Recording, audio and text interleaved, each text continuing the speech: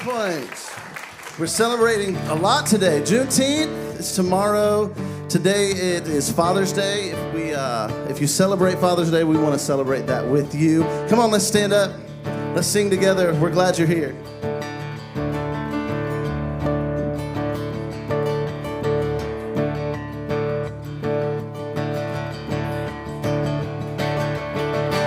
I see the morning coming in your eyes.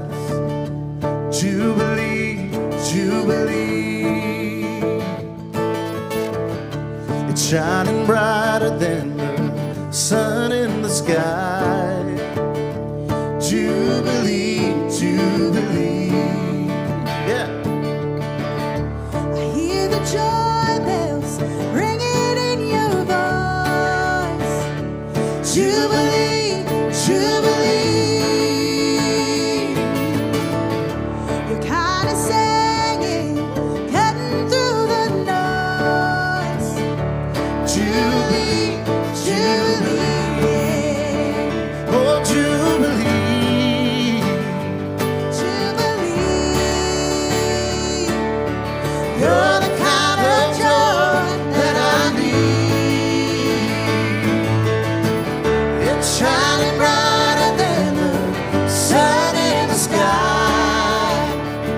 Jubilee, Jubilee. Yeah. How do y'all feel today?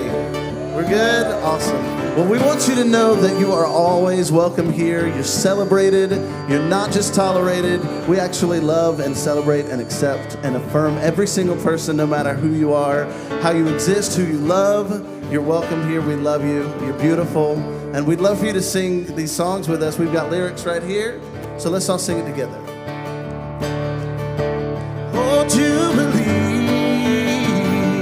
Jubilee. You're the kind of joy that I need. Oh, it's shining brighter than the sun in the sky. Jubilee, Jubilee. Oh, now you know it. Come on, let's sing it again. Oh, Jubilee.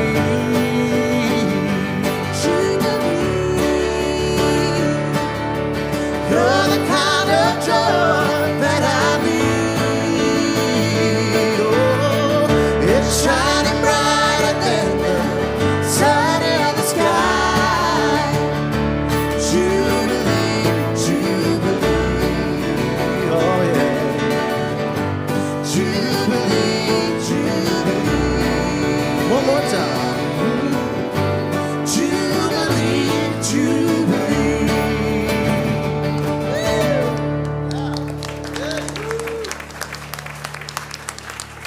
Well, you sound great. Thank you for singing with us. We've got a really special service planned for you. Some special guests, special music. Josh's message is amazing. We love that you are here at the 11 o'clock. We will have an announcement about this later. If you are an early bird, consider maybe coming to the 9 a.m. service. But we are glad you're here. So let's sing these songs together. You're the soul who understands the scars that made me who I am. Through the drifting sands of time, I got your back and you've got mine.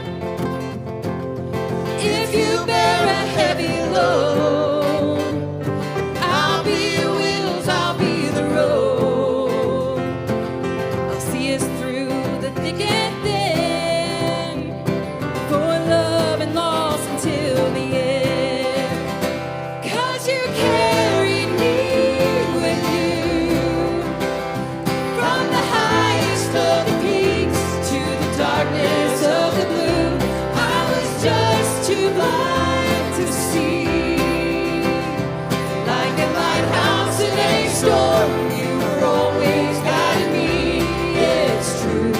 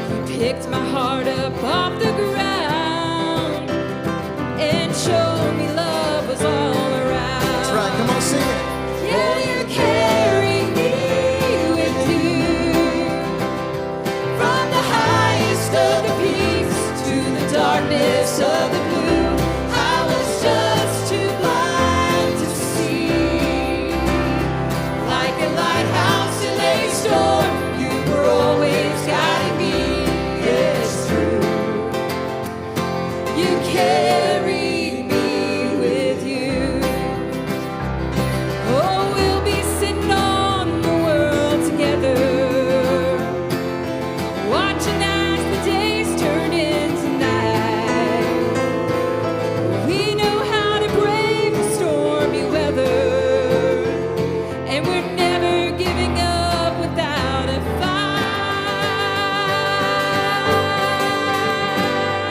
Oh, if we should ever bear a heavy load, I'll be your wheels, I'll be the road. I'll see us through the thick and thin, for love and loss until the end. 'Cause you carry me with you, from the highest of the peaks to the darkness of the blue. I was just too blind to see. Like a lighthouse in a storm, you were always guiding me. It's true. You carry me with you. You carry me with you. Great. That's great. Thank you so much. We'd love for you right now to have a conversation with your neighbor, introduce yourself to somebody. I see you smiling. Introverts are already like scared of that. I get it. I get it. We'll be back in just a minute.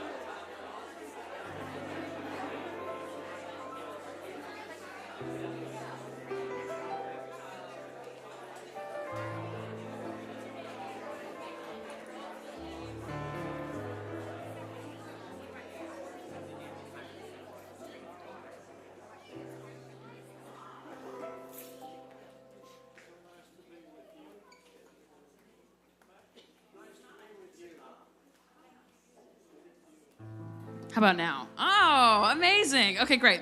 Hi, everybody. My name is Amanda, and I've got a couple of announcements for you. If you ever need anything like a form or information or whatever, hi, Lee, good morning. You can scan this QR code. Anything you need, all the information is attached to that. Additionally, the connection card is attached to this QR code, so if you're new here and you want to just like get more info on GP, filling out the connection card is the best way to do it. We are not going to spam your inbox. We're not going to bother you. It's just so that we can be best friends and we can email you a little bit of information, nothing crazy. We are participating in Nashville Pride next weekend. Very exciting. If you're planning on, yes. Hopefully t-shirts have already been ordered. Lee, did you order a t-shirt? You think you did? I'll take it. If you're planning on either marching in or working the booth for Pride, please sign up, especially if you're marching, just so that we know how many people we can expect in our little spot. We still have a couple spots for the booth that need volunteers.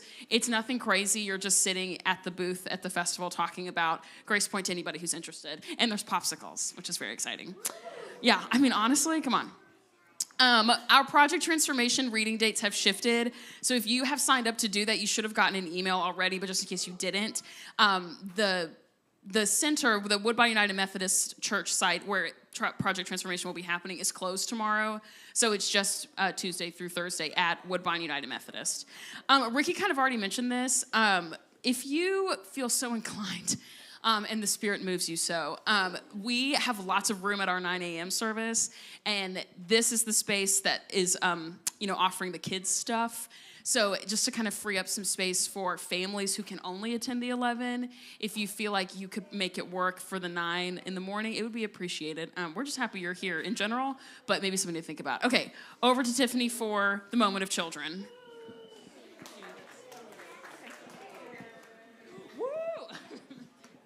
Yeah. Okay, if you're a child physically, not just in heart. You are invited to come to the middle, and adults, you can bring your children. If you are online, this is a time for you to bring your child too. I don't care what age those kids are, because I can't tell. I'm gonna invite you to hold these then. Y'all can sit beside each other. You don't have to stand in a line. You can do whatever. We're just gonna read a story today. He would like for you to sit beside him. That's what the padding means. Nope, it's not gonna happen. It's okay. Okay, friends, as they are getting situated, all of you in the room, you're gonna hear a story today. You can participate if you want to. That just means listening. And if you're like, this is not my time, you can check out and think about your lunch plans, and it'll be okay. I'm Tiffany. I'm our kids and youth and college-y person. My pronouns are she, they. And today, we're gonna read a story. Y'all ready? I'm gonna even show you the pictures. Sweet. This is called I Am Human. You're right. It's a book of empathy. I was born a miracle, one of a billions, but unique. I am human. I am always learning.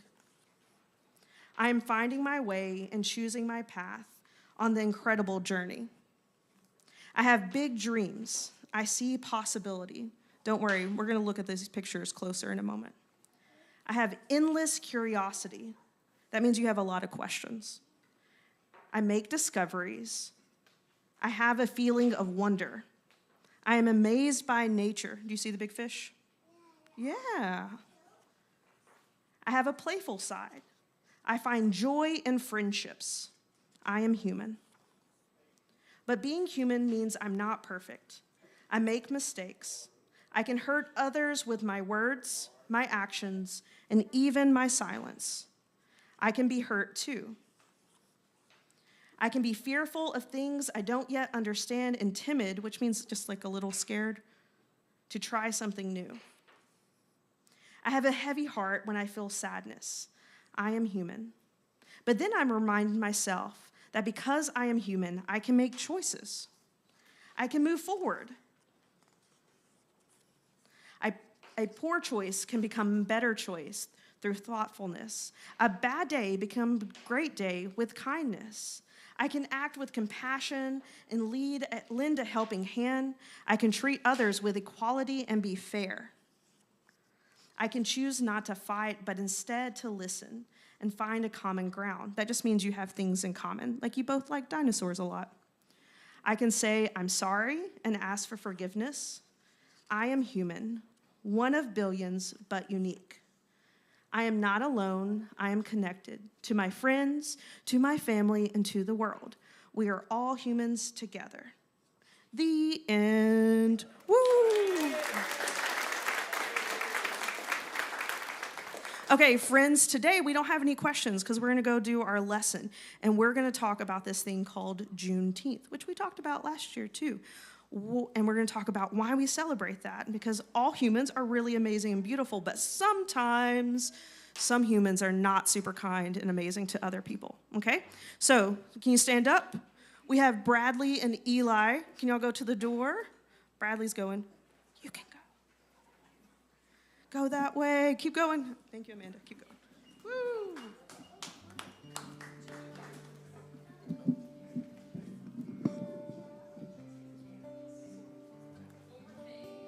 More thing. GracePointe's goal is to create a safe, affirming, and transformative community. We've got some really exciting things in store for this year. To those who already financially support us, thank you so much. And if you would like to start supporting GracePointe, here's how. You can text any dollar amount to 84321. You can go to gracepointe.net/give. You can scan that QR code, or you can Venmo us at GracePointeTN. Remember, there's an E at the end of point. Thanks, everybody. Thank you, Amanda. A message that is really central to what we do and say here at GracePointe is this song, actually, The Kingdom is Yours. It talks about how every single person, all of us, are welcome at the table. Everybody has a space, and it's not even our table to say who's in and who's out. We just love that we get to encourage and let everybody know that there is space for you at the table if you want to be there. And so we invite all of y'all to stand with us, sing this song. It's called The Kingdom is Yours. And we'll have, again, lyrics right here for you.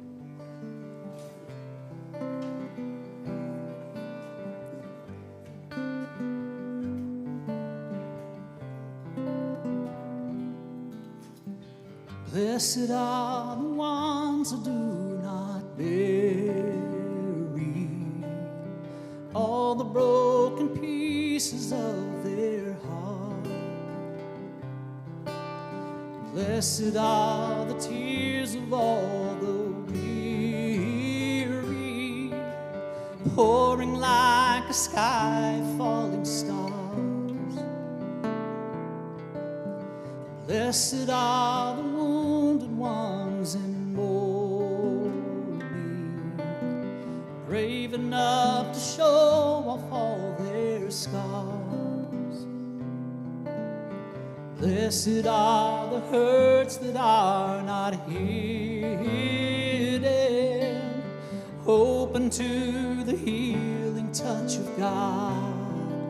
The kingdom is yours. The kingdom is yours. Hold on a little more. This is not the end. Hope will be restored. Peace will come again.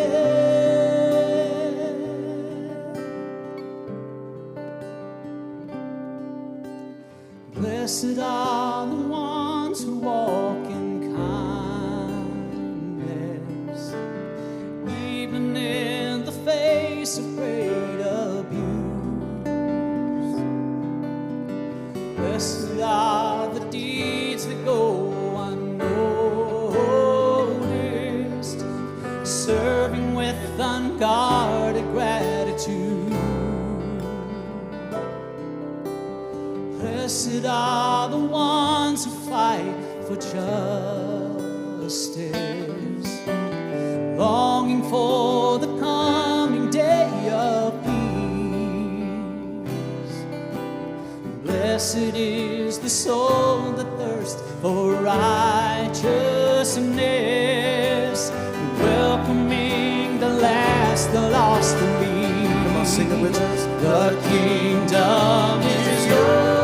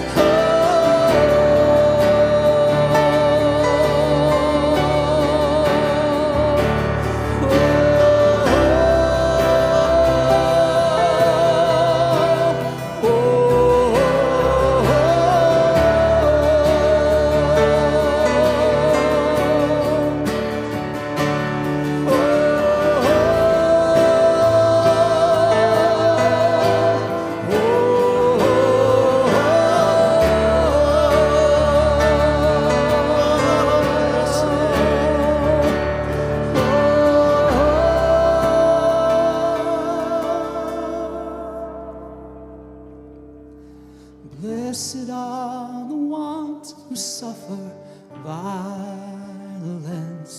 and still have strength to love their enemies. Blessed is the faith of those who persevere. Though they fall, they'll never know defeat. The kingdom is yours.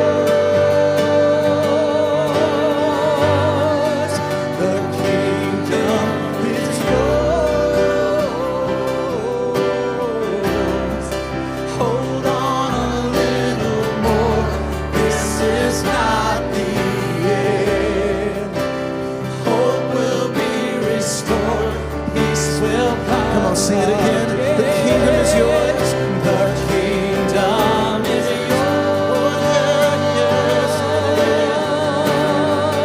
The kingdom is yours. Hold on a little more. This is not the end. Hope will be restored. Peace will come. Hold on a little more. This is not the end. Hope will be restored. Peace will come again.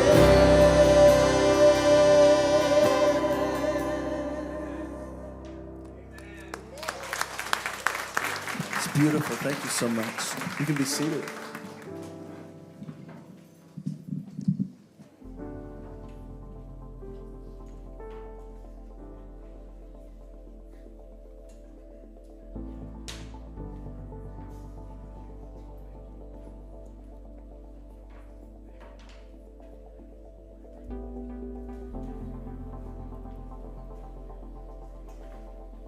I didn't see our slide, but I think the youth. Yeah, if you're a youth, defined as I guess 6th through 12th grade. Thank you. Hey everybody, how you doing? So glad you're here. So glad those of you who are joining us online are here as well. A couple things before we jump in.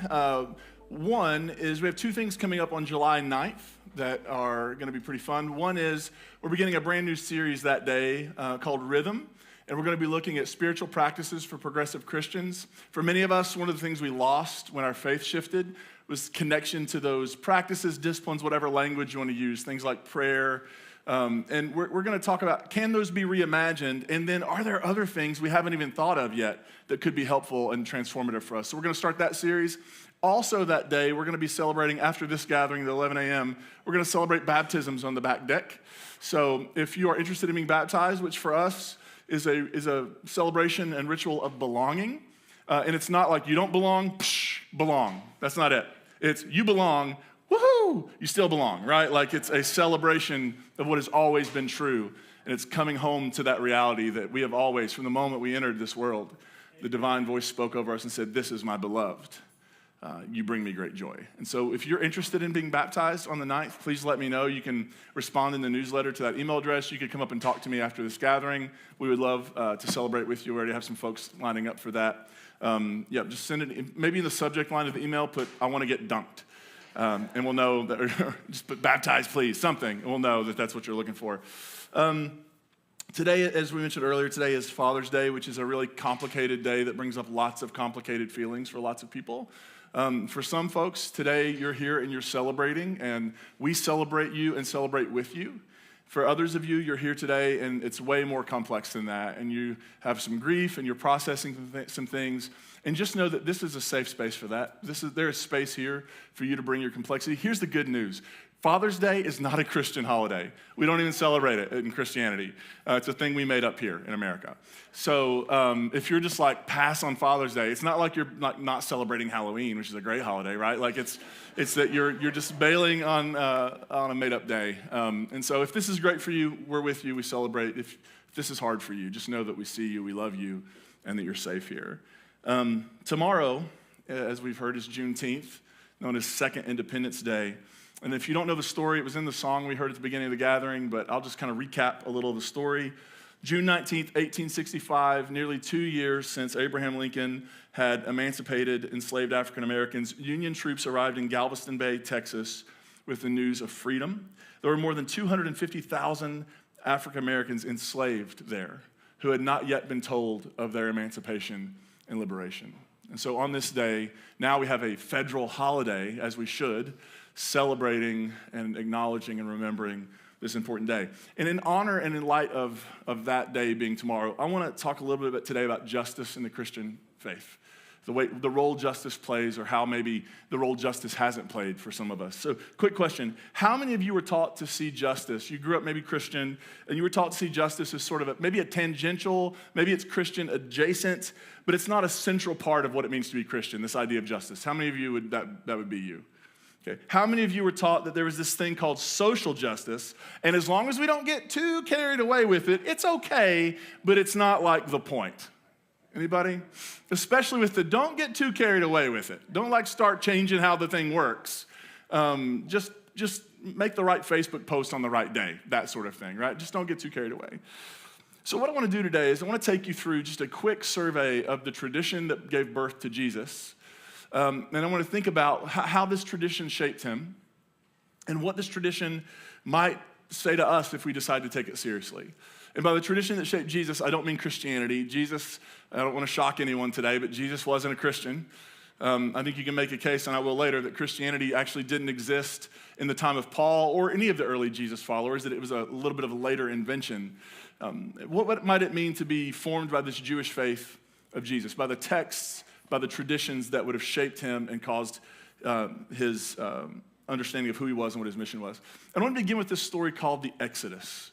The Exodus story is, I think, the foundational story for the entire Bible.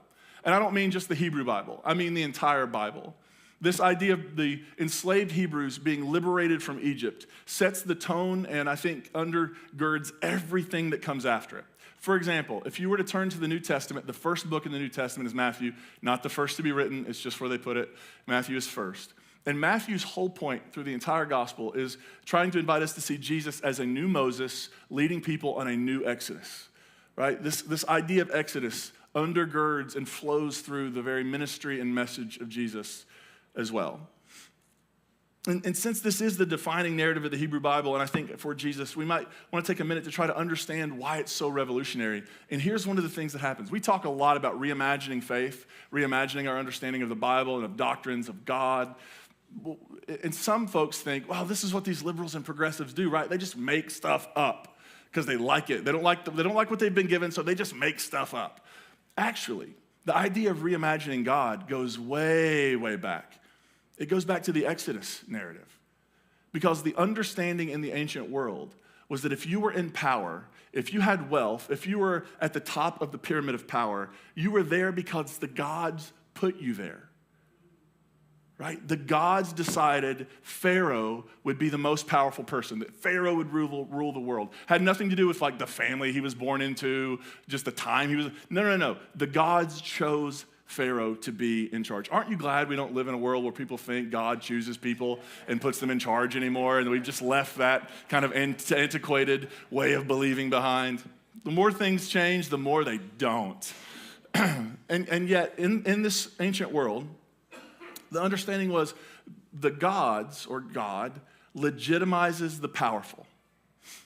How dare you speak against me? God put me in charge. How dare you push back on my agenda? Because it's God's agenda. Because look where I'm at. I'm in the palace. I have the power. I have the wealth. The flip on its head in the Exodus is where we find God. It reimagines God. God is no longer supporting the people in power at the top. God is supporting and liberating the oppressed. God is not legitimizing the powerful. God is liberating the powerless. It totally reframes where we find God in the world. God isn't at the top supporting Pharaoh. God is with the people on whom the pyramid rests. That's where you find God. Notice in Exodus 3, which is the call story of Moses, where Moses is given his call to become the liberator. This is God speaking. Then the Lord said, I have observed the misery of my people who are in Egypt. I have heard their cry on account of their taskmasters. Indeed, I know their sufferings. And I've come down to deliver them from the Egyptians and to bring them up out of that land to a good and spacious land, to a land flowing with milk and honey. Notice that. I have heard the cry of the oppressed. I have heard the cry, longing for liberation. It's an interesting little detail in the Exodus story that it's not just the Hebrews who are liberated and rescued from Egypt. There's other people who go with them. And in Hebrew, the term for these other people is an Erev Rav, which actually kind of means mixed multitude, ragtag bunch of people. People who essentially don't have a ton in common, except for the fact that they want to get out of Egypt. And they leave Egypt together. It's kind of interesting, isn't it? That these folks, not a ton in common, and yet the system has been harming them in such a way that they want to leave. And when liberation comes to town, they all jump on board and go with it. I've been doing a bit of flying lately. And I fly Southwest because it's cheaper and you can take extra suitcases, right? But a couple of times I end up on a nicer airline, you know, the one with first class. Now, I've never been allowed to sit in first class. I've walked through first class. I've been stared at by people in first class as they're sipping their champagne and with their warm towels. I don't know why they need the warm towels, but they have them. And and the funniest thing always happens right around takeoff is one of the flight attendants will come over and there's this, the aisle, and they'll unhook this mesh curtain and it flies over. And it's like we can't see them up there now. We can't see all the stuff they're getting that we're not. And it kind of creates this illusion that there are really two groups of people on the plane. There are the people in first class who are living well, and then there's the rest of us. And the reality is, one of the things I've learned pretty quickly was if the plane goes down, it's not just the back half of the plane, right? You have these people who we're in this together in a real significant way. We're all on the same plane. And I think that's the understanding that ends up happening is in the Exodus narrative is that God is doing a liberative thing, and there are people who want liberation, and they realize if we don't work together, liberation will not find us. And so after the Exodus story, they end up going into the desert to this place called Sinai, this mountain. And on this mountain, this Erev Rav, this group of people who don't have a lot in common, they are given a law and they become a people. They become a nation. They become a community together. Now, there's a lot of Christian misunderstanding about what the Jewish law is. And usually when Christians talk about it, even accidentally they do this. It ends up sounding and coming off as anti-Semitic. And here's the reality. If you're accidentally anti-Semitic, it still does the same amount of damage as if you're being on purpose anti-Semitic. So it's really important for us to understand that within this tradition, what we don't have, nobody in the Jewish tradition would say, this is a legalistic tradition and it's all about legalism. That's what Christians say about Judaism because we don't understand it. And by the way, some groups of Christians call anybody else legalistic is a real problem. Are you with me? Anybody ever known or been a legalistic Christian at any point in your life? Yeah, we don't really get to call anybody else that. The reality is in Judaism, it's not about legalism. What the law does really is it serves a couple key purposes. One is it preserves a community identity. Now, when the Torah was written, the first 5 books were written, it was written during the exile or just after the exile when identity was under threat. Like we may disappear as a people if we don't figure out a way to create some traditions that bind us together. So that's like things like circumcision and kosher laws, all of that. It's not about legalism. It's about preserving a community identity so that this people group doesn't get wiped out and erased from history. Then the other piece is it's to ensure that justice is taking place. Justice for people, believe it or not, justice for animals, and believe it or not, justice for the planet are all concerns in the Hebrew Scriptures.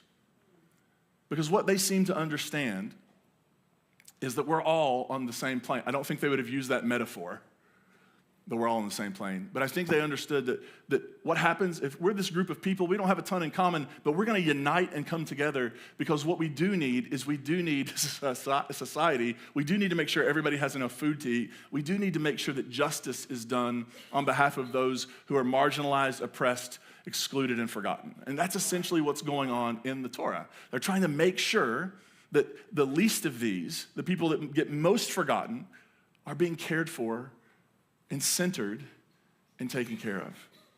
And so I would love to read you just a few examples from the Torah. You didn't know you were going to hear Exodus and Leviticus today, did you? One example from Exodus and 2 from Leviticus, which I think you call Levitici when it's plural. Here's the example from Exodus. Exodus 23. You shall not pervert the justice due to your poor in lawsuits. Keep far from a false charge, and do not kill the innocent and those in the right, for I will not acquit the guilty. You shall take no bribe, for a bribe blinds officials and subverts the cause of those who are in the right. You shall not oppress a resident alien. You know the heart of an alien, for you were aliens in the land of Egypt. You hear that? You shall not mistreat aliens among those who aren't from there, because you know exactly what it's like to be in their shoes. 6 years you sow your land and gather its yield, but in the 7th year you let it rest and lie fallow, so the poor of your people may eat, and what they leave the wild animals may eat. You shall do the same with your vineyard and your olive orchard. So every 7 years, give the ground a break. Now, I don't think that they would have talked about climate change because it wasn't on the radar, but they have this understanding that we are so deeply connected to the earth around us, that how we treat the earth in some ways affects how we live in the world. So every 7 years, give the ground a break. And whatever kind of grows up, leave. Because there are people in your community who are hungry. And this gives them, and if they're not hungry, there'll be wild animals that need it. I'm always reminded of Jesus' line about God feeds the birds, God will take care of you. And I'll never forget having read that text at one day and then going to a place and sitting outside where we're eating, and somebody had left bread on the ground, and this bird flew over and was just eating it. And I was like, isn't that cool how that works? God feeds the birds, so we're probably going to be okay if we do the very things we're being invited to do, which is leave a little bit for everybody else. Don't consume everything that you have a right to consume, but instead leave some behind. In the early 2000s, there was a book by a couple of British sociologists. The book was called The Spirit Level. And one of the things they did is they went and studied societies where the gap between the rich and the poor was growing ever larger. And what they discovered in those societies is that, of course, those who would be considered poor, their health was worse, their way of being and living was worse. But what they also discovered in those same societies where the gap was getting larger and larger and larger is that even among the wealthiest, their health was in a more poor state. Their essential way of living was worse, because we are all intricately bound up together. That in the world where, these people have a ton, they're going to outer space, like they have a lot. Their way of being, their way of living, their experience as a human being on the planet was worse, because the sociologists are drawing the conclusion we're not meant to live with this gap between the rich and the poor. We aren't meant to live in this way where some people have an abundance, overabundance, where they just don't have to worry about it. And some people have literally nothing. Leviticus 19. When you reap the harvest of your land, you shall not reap to the very edges of your field or gather the gleanings of your harvest. You shall not strip your vineyard bare or gather the fallen grapes of your vineyard. Leave them for the poor and the alien. I am the Lord your God. And you know what's interesting about that text? Is that text doesn't say, as long as they're willing to work for it. Makes no qualifications about why folks get to come and get what's left, other than they are hungry. What qualifies somebody to come and glean? They need food. Isn't that a really human way of being? Somebody's hungry. Let's not debate why they're hungry, because why they're hungry doesn't change the fact that they are actually hungry. And it is within our capacity to feed the hungry. Anybody ever been heard or said, well, I pulled myself up by my own bootstraps? And then you looked up what a bootstrap was just to make sure you had them. And I think the real question ends up becoming, like, yeah. You totally did. You pulled yourself up by your bootstraps. You worked really hard. You were born with bootstraps. Lots of people on the planet aren't born with bootstraps to pull up. They are born into systemic, society-wide problems of inequality, many of which our country helped create in the world. They don't have bootstraps, but they are human beings and they are hungry. And Leviticus says, hey, look, doesn't matter who they are, doesn't matter where they're from. I always end up like singing a Backstreet Boys song when I get to this point. Doesn't matter what you did, as long as you love me. That reality. It doesn't matter. It doesn't matter. The invitation, the call, the command, the law says care for the hungry around you. Leviticus 25. You shall count off 7 weeks of years, 7 times 7 years, so that the period of 7 weeks of years gives 49 years. So on the 50th year, after 49 years, on the 50th, you shall have the trumpet sound loud. On the 10th day of the 7th month, on the day of atonement, you shall have the trumpet sounded throughout all your land, and you shall hallow the 50th year, and you shall proclaim liberty throughout the land to all its inhabitants. It shall be a jubilee for you. You shall return, every one of you, to your property, and every one of you to your family. The 50th year shall be a jubilee for you. What is the command there? Every 50 years, we're going to reset society. Every 50 years. If you've gone into debt, and because in this particular culture, having family land was a huge deal that you would pass down from generation to generation. It meant you could sustain your family. You could feed your family. It's an agrarian society. And so if you end up going into debt and losing your family land, then what do? Well, Jubilee is like, every 50 years, that land goes back to your family. Every 50 years, there's a reset. Every 50 years, Visa wipes out their database, right? And somebody in the crowd, when Moses was reading this, went, but what about socialism? But, Moses didn't care. He went with it. And this invitation, that what keeps the gap from growing is eventually we reset the gap.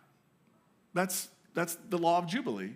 Every 50 years, we celebrate a fresh start for everybody. Now, imagine you're struggling, you've lost your family land, and you have nothing. When you hear Jubilee, how do you feel? I can imagine some of you winning the lottery and just being like, yeah, that's all right, Yeah, you're like, sound the horn louder.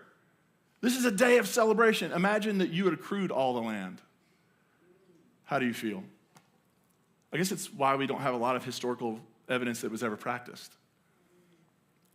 Because I think why is it that we struggle with that idea? Why is it the idea, what if somebody said, like, let's create a world where everybody has enough?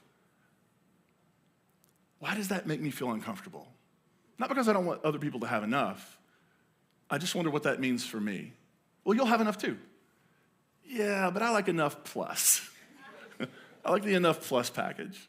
This is why these texts are challenging. And it's why when I meet Christians who are like, every single word of the Bible should be taken and done, and I'm like, okay, let's Jubilee this thing. Well, that's a metaphor. It's interesting when you don't take it. What is it when you don't, okay, so there are moments when it comes to your checkbook that we don't take it literally. But when it's about other people and their humanity, we take it all literally, I guess. That's how it works. This idea of setting things back to zero, not just as a social experiment, but because actual human beings are struggling. That's within the tradition that Jesus comes from. It's built into it. And I think you can make a case they didn't get to practice it very much because they were under the boot of one empire after another. Empires that were coming in and creating economic systems that were foreign to them, economic systems that created debt. And then you have a society that's getting off balance. And suddenly you have a new group of people who emerge called the prophets. How many of you were taught that a prophet is somebody who predicts the future? Right, like the idea of when I was a kid growing up, there would be these infomercials on where it was like call 1-900 whatever, and they would give you your future. They would tell you your future, and that's kind of what I thought a prophet was, but that's actually not at all what a prophet is. A prophet is essentially somebody who believes that they have been given a message from God, that they are being called to communicate on God's behalf. So what would happen is when society would get a little wonky, it's a very technical theological term, when society would get wonky, you would have prophets who would emerge, and they would say, listen, here's what the Lord says. And they would preach a message calling the people back to the very things that were in Torah, to the very issues of justice. And for prophets, the idea of worship and justice could not be separated. You couldn't have really good worship if justice was over here not being tended to. They needed to be together. In some ways, for the prophets, justice was actually what worship was about. Here's this prophet Amos, and when Amos wrote this and he's speaking on behalf of the divine, I just imagine Amos was really cranked up when he wrote this particular text. Speaking for the divine, Amos says, I despise your festivals. I take no delight in your assemblies. Even though you offer me your burnt offerings and grain offerings, I do not accept them. And the offerings of well-being of your fatted animals I will not look upon. Take away from me the noise of your songs. I will not listen to the melody of your harps, but let justice roll down like water and righteousness like ever-flowing streams. This is the prophet saying, when you get together and do all of your cool music stuff and you worship, it's actually making God ill. Because you're using worship as a substitute for justice. You're using worship as, and there's this great line in Jeremiah where Jeremiah is preaching against the temple institution because of this. And Jeremiah essentially says, you believe because that this temple exists, that you're somehow protected. And you've turned the temple of the divine into a den of robbers, which is quoted by Jesus in the Gospels later. And by the way, a den is not where robbers do the robbing. It's where they hide out after they've done the robbing. So here like this, your religious system and institution is providing a screen for people to go out and do whatever they want to harm others, and they're not being held accountable. And you believe because you're of this particular religion that God doesn't care, that God somehow supports what you're doing in the world. You see why nobody liked the prophets, really?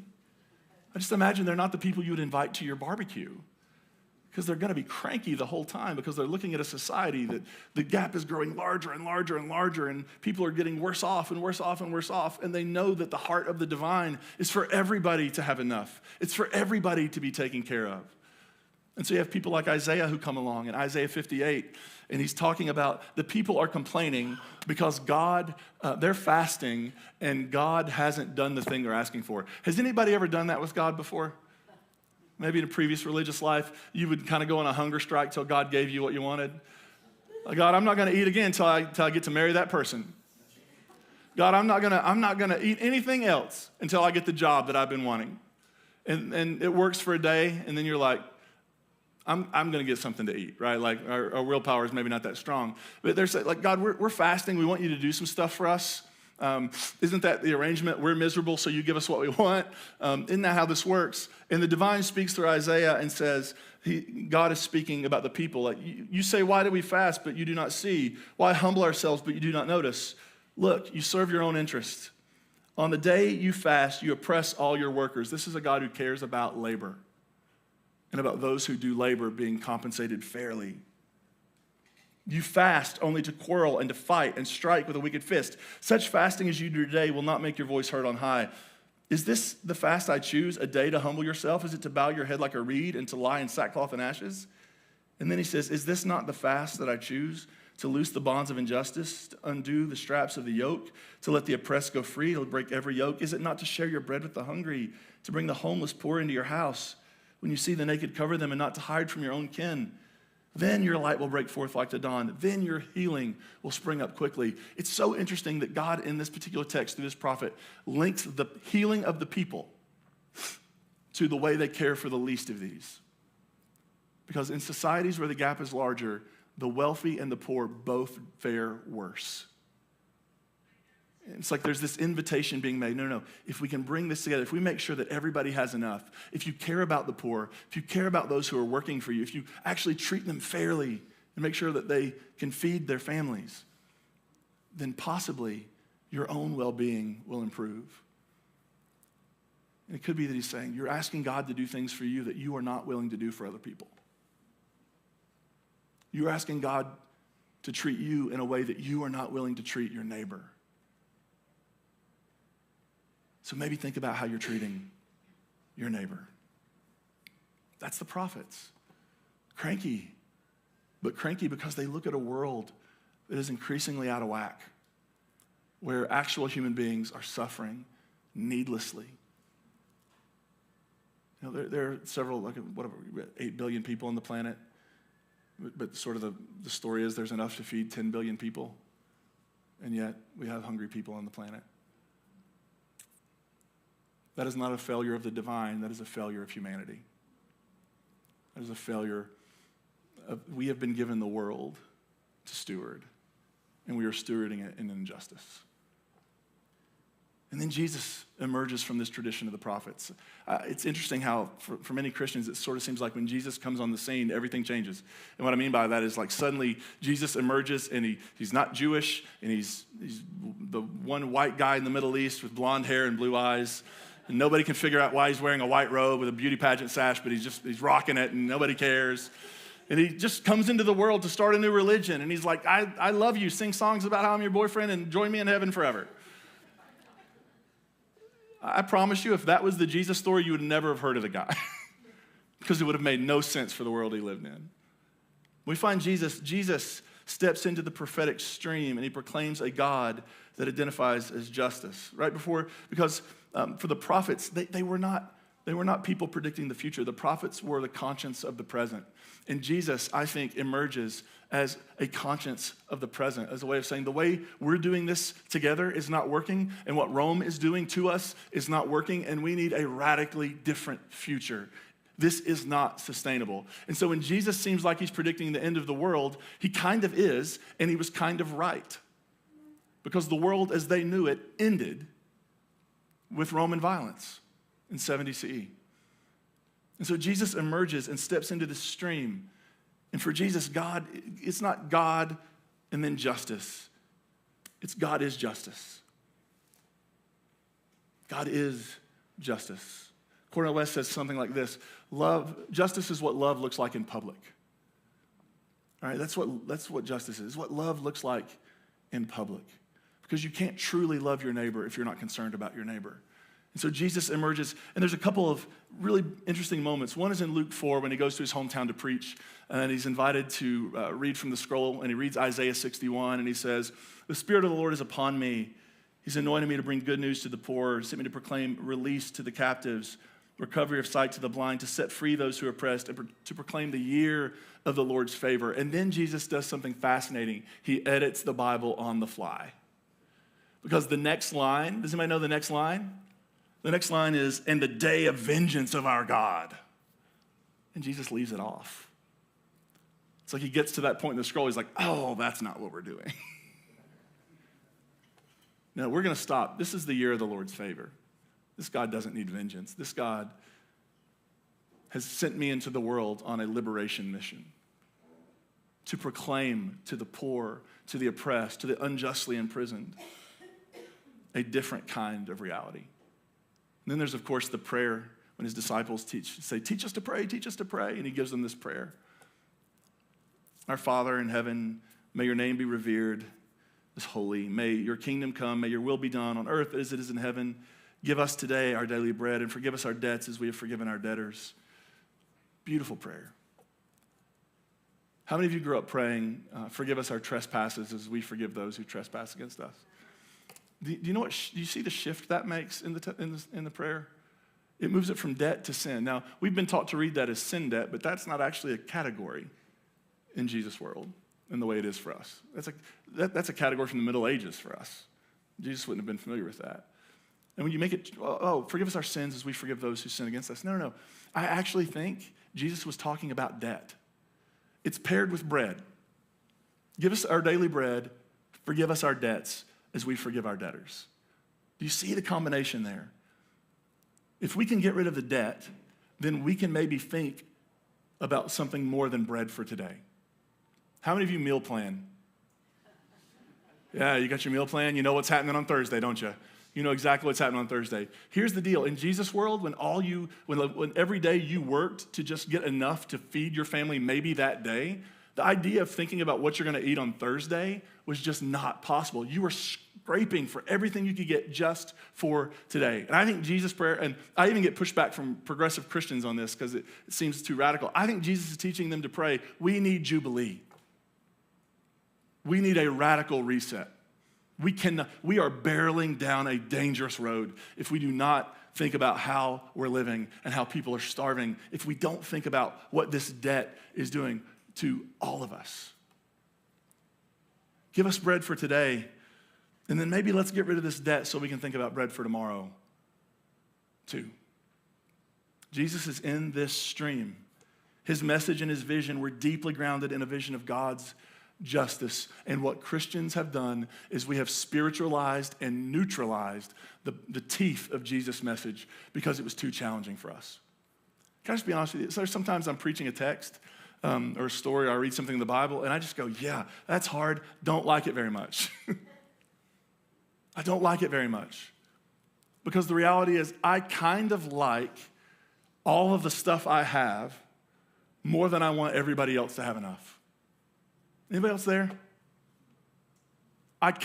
It's sort of like that juxtaposition of the rich young ruler and Zacchaeus, which both happen back to back in the Gospel of Luke, right? Where you have the rich young ruler who Jesus is like, yeah, you want to follow me? Go get rid of all your stuff and then let's go. And he's like, oh, no. And then there's Zacchaeus who says, I'm going to get rid of most of my stuff, and if I've taken and defrauded anyone as a tax collector, I'm going to pay them back 4 times the amount. Zacchaeus understands what's happened. He repents because he sees what damage he's done, and he makes reparations immediately with the people he's harmed. It's like I think that's what Jesus is up to.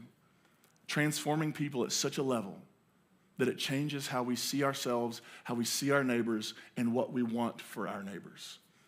What if our neighbors having enough didn't mean we would be that we're now suffering? What if it just meant that now our neighbors get enough? We've spiritualized the teaching of Jesus. Well, when Jesus says poor, he means like spiritually poor. I don't think so. When he says captives, he means like demon-possessed people.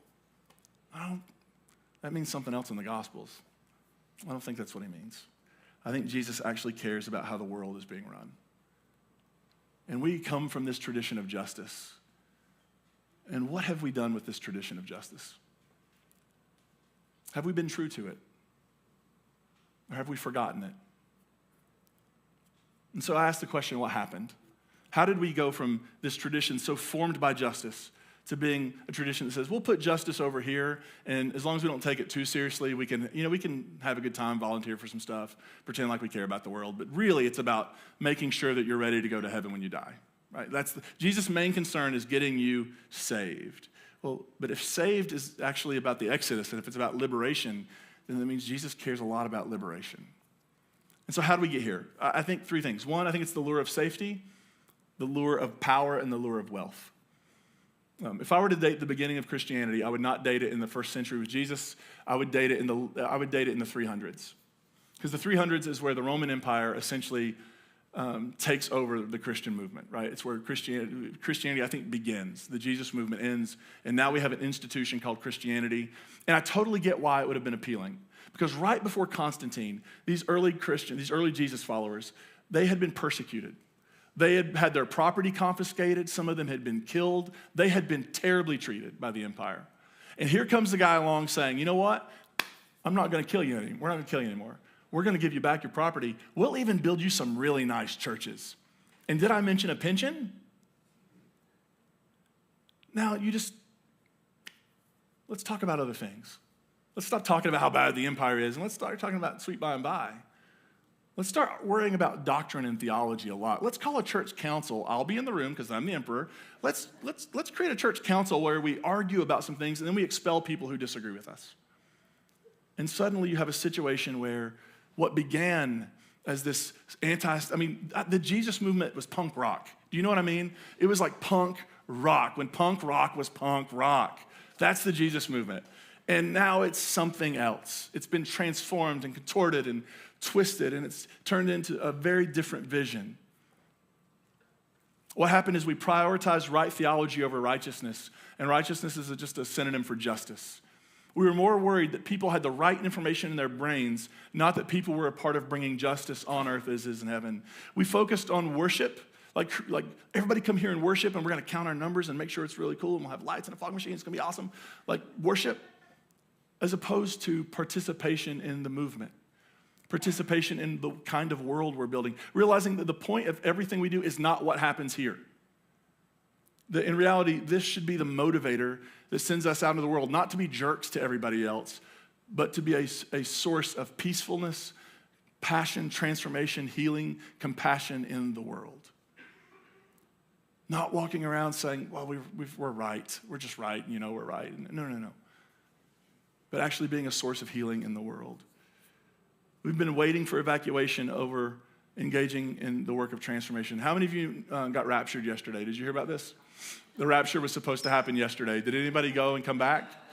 I grew up with that as a kid, right? That terror of any moment I was going to fly naked through the sky and just be taken away forever and ever and ever. That was supposed to happen yesterday, apparently. I saw some people talking about it. And we grew up just sort of like, we don't need to worry about this world. We just need to worry about the next world. Just need to make sure my individual salvation is taken care of so I can get my individual afterlife experience. Anybody else grew up with an individual Christianity? It's kind of like Burger King, right, where you can have it your way. That's the whole deal. Like, it's your thing. You get individually saved, and you get your individual mansion on your individual hilltop, and everything's going to be great. I don't see any of that in the Jesus story. But we've been sold that sort of evacuation. And while we've been looking for evacuation from the world, we have turned the world over to people who have destroyed it, both metaphorically and literally. And we live in a world where there's so much hurt and so much pain that is so longing for healing and transformation. And I think the invitation of our tradition is to say, oh, no. It's actually about what happens on earth. John Dominic Crossan says in that Lord's Prayer, heaven's in great shape, earth is where the problems are. That's where God wants to do God's work in the world. I had a lunch with a friend this week. He's a professor. We went to grad school together. He's now a college professor in Arizona. And he studies religion in America, and it's all weird stuff, isn't it? And he says to me, as we're wrapping up lunch, he's like, what's the future for Christianity? Progressive Christianity, Christianity in general, what's the future? And it just hit me, oh, that's a great question. I don't know if I've thought about that very much. I think about the future all the time, but like for the whole thing? And then I realized, I think, and then I had another conversation where we were talking to some people about churches and then like churches that are struggling and the need to to do something so they don't close. And it just hit me like maybe some churches should close. Maybe it's okay for churches to close sometimes. Maybe that's not the end of the world. Maybe they've lived their life cycle and it's time for something else to happen in their place. Maybe that's okay. Because maybe self-perpetuation isn't a noble goal.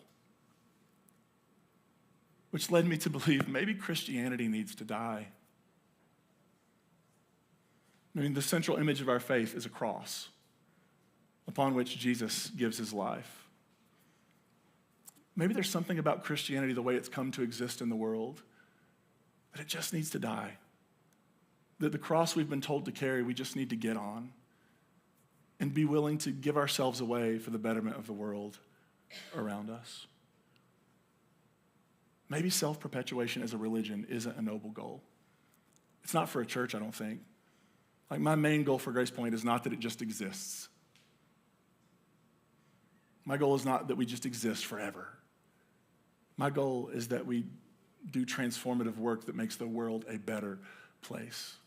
That we give ourselves away again and again and again, and that we climb on our crosses and we are willing as a community to give ourselves away, and that our tradition, our faith, climbs on its own cross and is willing to give itself away. Because it's a scary thing, right, to think about like that. Like, our goal is not just to build this big thing that just exists forever and ever and ever and ever and ever. Our goal is to do what Jesus did. Our goal is to, in love, give ourselves to the world with the hope that what happens on the other side of death is resurrection. And I think what Christianity desperately needs is to die to the way it's existed and see, and just wait around the tomb and see what might be able to be raised up from the grave. I can envision a world in 500 years where Christianity is far less influential than it is now, where people are just fed up and we've hurt so many people that there's nobody left to recruit. But people are warning their kids, stay away from the Christians, man. I can see that world. I can also see a world where Christians in love are the first ones to pour themselves out for others. Where we stop worrying about being the best and the most dominant, where we stop worrying about being the coolest, where we just actually start thinking, Jesus said follow him. Following him looks like giving ourselves away for the world. It doesn't look like self-perpetuation. And that as we engage that cycle of dying and rising, as we engage that cycle of giving ourselves away, of actually being a community that exists for the betterment of the world. I have no fear in that, actually. Right? There's nothing to be afraid of in that. Because I've found that Easter comes again and again and again every year. And I just believe as we follow the Jesus path, we do what Jesus did, and we love who Jesus loved, resurrection will always meet us. It may look different. It may be different. But I believe it meets us. Are you with me? Yeah. May we be that kind of community, continually willing to die to ourselves, to our way, to our system, to our doctrines and dogmas, and continually being born into new life that is life-giving for everyone around us. I see that happening in our community all the time now. I see that happening, and I hope it happens in our tradition, this Christian tradition as well. And until it does, I'm going to stay a Christian because I'm stubborn, and I want to help lead us in that direction. It's scary to say Christianity as it exists needs to die. But my goodness, what could happen on the other side of that death? It could change the world. And by the way, if somebody tells you, asks you about being a part of a church that cares about the social gospel, just tell them if it's not social, it's not gospel. And if it's gospel, it's 1,000% social. It cares about how the world works. Are you with me? All right, let's pray. God, we are grateful for this Jesus, this tradition of prophets and poets who have cast a vision for what the world could be. God, help us to not get in the way of that vision, to not be so focused on our own self-perpetuation that we miss the point of all this. That it's not just about existing. It's about joining Jesus in the work of giving ourselves and everything away for the healing, transformation, and wholeness of the world. This world that God loves. This world that is our home. This world filled with people who deserve to know how beloved they are, how valued they are, how important they are.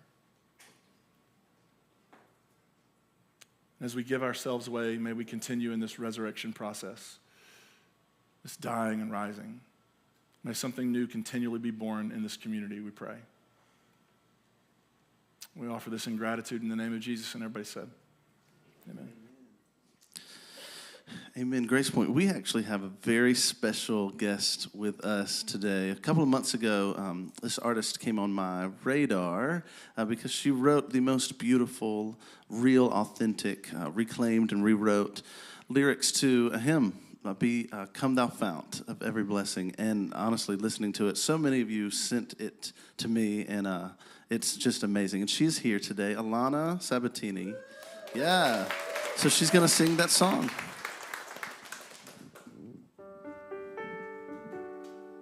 Thanks for having me. I'm going to do something a little not normal, just for my own benefit, but I invite you into it just to kind of close your eyes and take a deep breath.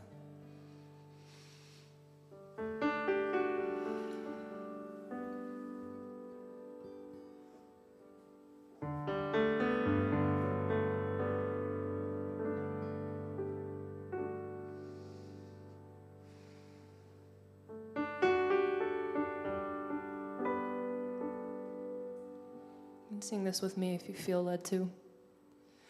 I was lost in utter darkness. I was trapped in toxic shame.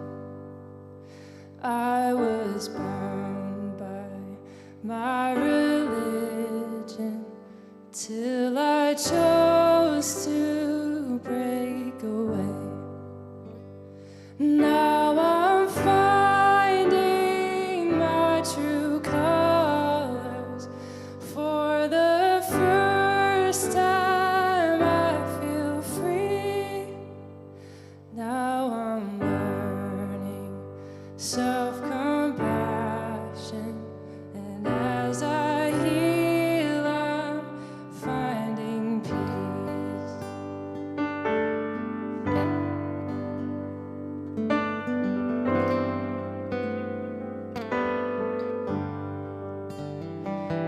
kept others at a distance, those who lived life differently, saw the world in right or wrong, but they're all humans just like me. And I stepped out and love expanded us, and then melted away. Beauty found in every difference, and as I listen, I'm amazed.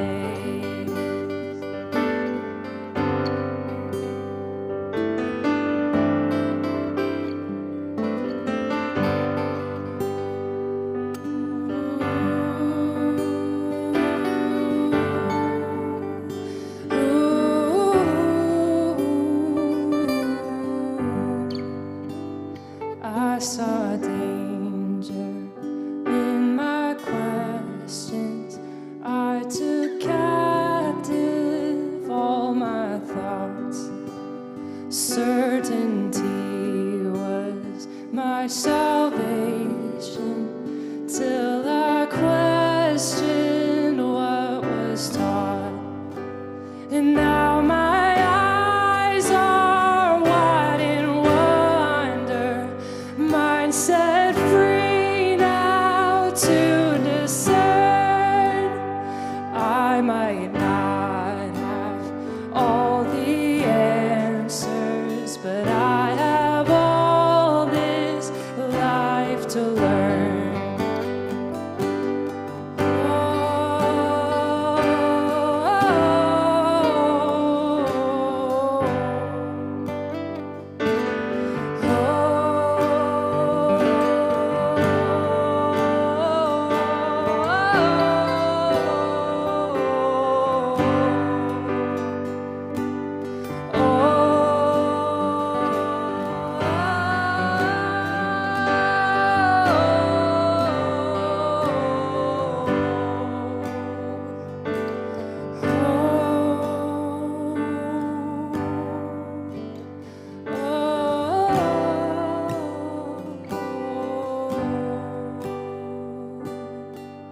Let's sing that first verse again. I was lost in utter darkness. I was trapped in toxic shame. I was bound by my religion till I chose to break away. Now I'm finding my true colors. For the first time I feel free. Now I'm learning self-compassion. As I heal, I'm finding peace.